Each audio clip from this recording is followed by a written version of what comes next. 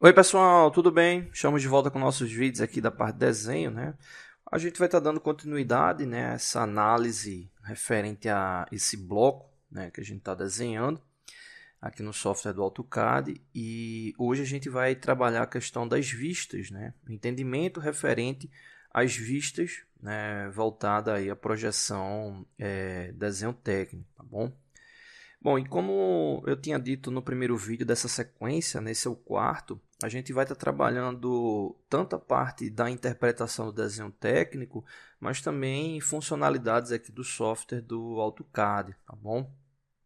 A gente nunca tinha feito, né, nenhuma sequência tratando dos dois pontos ao mesmo tempo, né? Então agora a gente vai estar aí nesse foco. Bom, então, como a gente no último vídeo fez a projeção, né, a vista isométrica, né, ou seja, dando essa base como se fosse uma referência 3D, né, ou seja, dando volume ali ao elemento, no desenho técnico a gente precisa fazer a projeção, né, ou seja, entender as vistas do elemento. A gente tem na nossa playlist de desenho técnico, né, mostrando todos os fundamentos, né, são várias aulas, né, ligadas à parte de desenho técnico, que a gente fala bem sobre essa questão de vistas, né, e aí a gente vai pincelar um pouco referente a isso. Bom, como esse desenho está representado na perspectiva isométrica, né, e a gente deve sempre levar em consideração que referente à projeção no espaço, né, no espaço geométrico, a gente tem a possibilidade exatamente de 6 vistas, né? De 6 vistas, e aí nesse caso, as vistas seriam, eu vou completar aqui o bloco para ficar melhor a visualização, né? Que seria os lados, né? Que a gente não consegue observar, né? Bom, então a gente teria a primeira referência, essa vista aqui, né, que seria nesse caso aqui a vista frontal, né? Existe uma regra de isomeria, né, que é exatamente referente a essas projeções, né, isométricas, né, pelos lados que vão ser representados do elemento, né? Então, aqui seria a vista frontal, aqui seria a vista lateral direita, vista lateral direita. Desse outro lado, né, que seria o lado oposto à lateral direita, a gente teria a vista lateral esquerda, né? Essa parte aqui de cima seria vista superior. Essa parte aqui embaixo seria vista inferior. A vista inferior. E desse outro lado, a vista posterior. Né? A vista posterior. Então você tem aí a possibilidade de representar essas 6 vistas.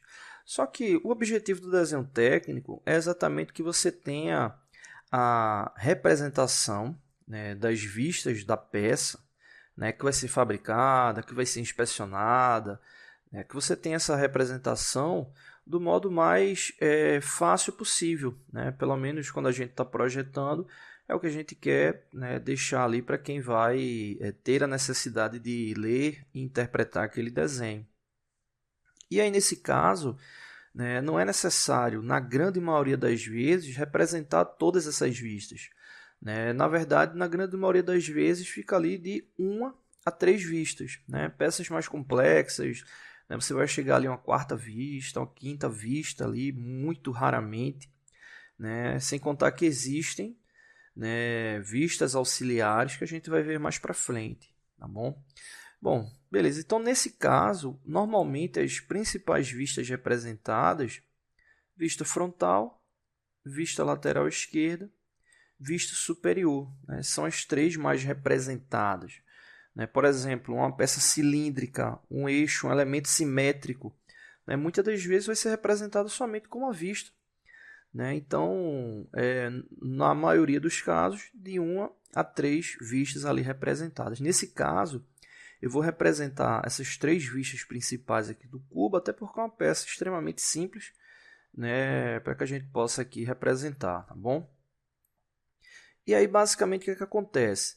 Essa relação das vistas, ela vai trazer uma regra referente à observação, né? Ou seja, quem está ali observando o elemento seria a vista, né, do observador. Então, por exemplo, no caso da vista frontal, eu tenho que levar em consideração esse plano de projeção, né? A regra mongiana, né?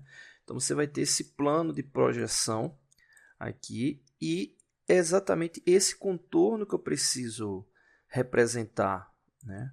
Porque o observador desse ponto, não existe nenhum outro elemento que ele consegue ver além, né, dessa definição que eu acabei de marcar, né?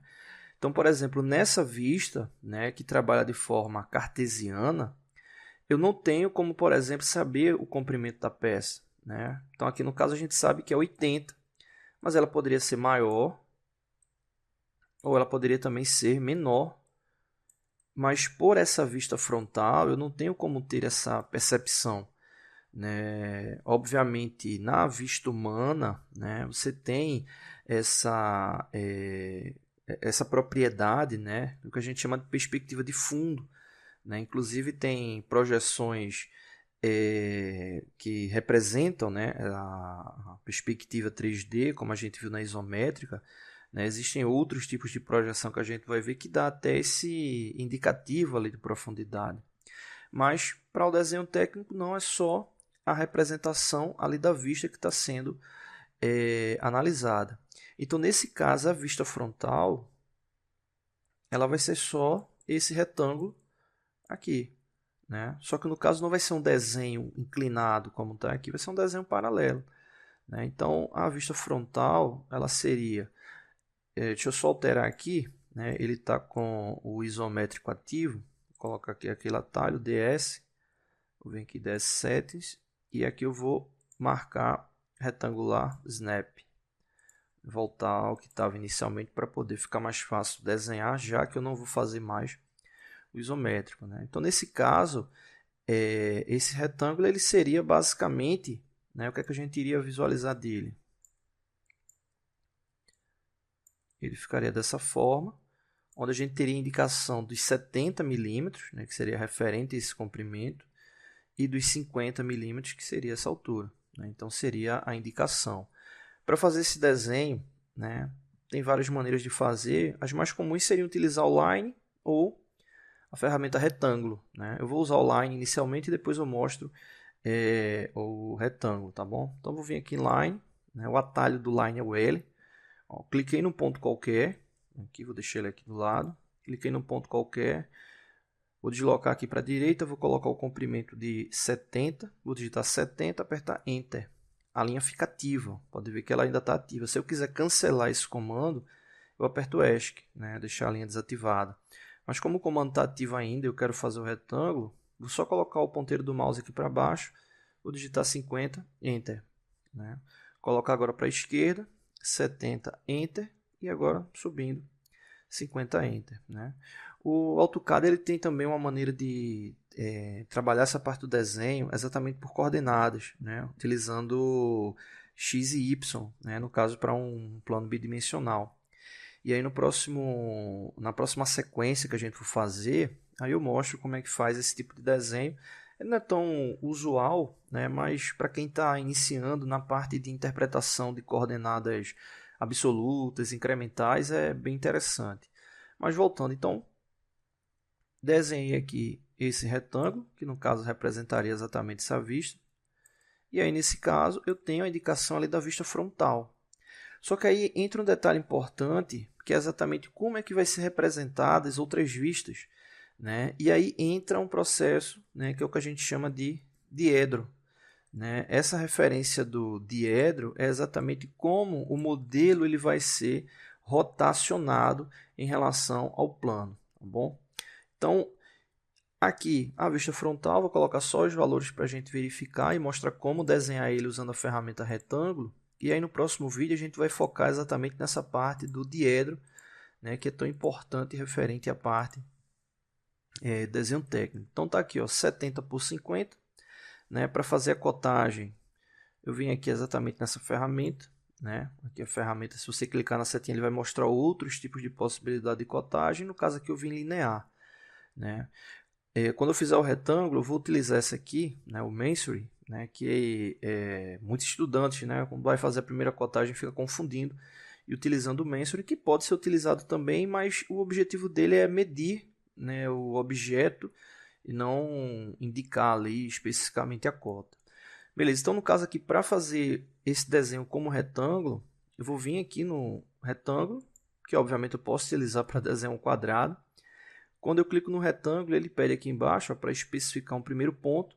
Cliquei aqui no ponto qualquer, né? Cliquei, e quando eu digo cliquei, apertei o botão, soltei, né? O botão esquerdo do mouse, ele está aqui ativo, né? Então, no caso, ele agora está perguntando como é que vai ser desenhado, né? Para fechar esse retângulo, né? Se eu vou clicar já no ponto específico ou vou definir algo. No caso, eu vou definir ele por dimensão. Então, posso clicar aqui em dimensão ou utilizar o atalho, né? D Enter, que é o que eu vou fazer. Apertei D Enter, ele foi para o atalho, né? Aí ele está pedindo o comprimento do retângulo, né? Vai ser 70, digito 70, Enter, e depois a altura do retângulo, 50, Enter, né? Então o retângulo vai aparecer e aí ele fica ativo. Eu posso posicionar ele em algum ponto, então eu tenho que clicar para confirmar que ele vai ficar naquele ponto. E até um detalhe interessante, quando você faz o objeto por line, né, ou usando a ferramenta retângulo, vou clicar aqui nele, ó, ele seleciona tudo, né? Então isso é importante para usar o snap, né, ou o snap não, offset, né? E no line você tem elemento por elemento, né? Dá para conectar eles também, né, usando a ferramenta chamada join, né? Mas aí depois a gente vai ver isso. Então fiz esse retângulo aqui. Se eu for no Mensure, né, fazer a verificação, veja que eu cliquei num ponto e cliquei no outro, ele está mostrando aqui embaixo. Distância 70, né, está mostrando aqui algumas informações de plano, mas ele não deixou o valor ali indicado, né? Por exemplo, aqui, ângulo. Cliquei num ponto, cliquei no outro, aqui embaixo ele está mostrando ângulo 90 graus, né? Algumas versões dá para você ficar observando lá, né, usando como se fosse a ferramenta régua, né, para ficar indicando lá a visualização do tamanho também. Então, no caso aqui do Mensure, você tem a medição do objeto, beleza? Então é isso, no próximo vídeo a gente traz essa parte o uso do diedro, tá bom? Valeu!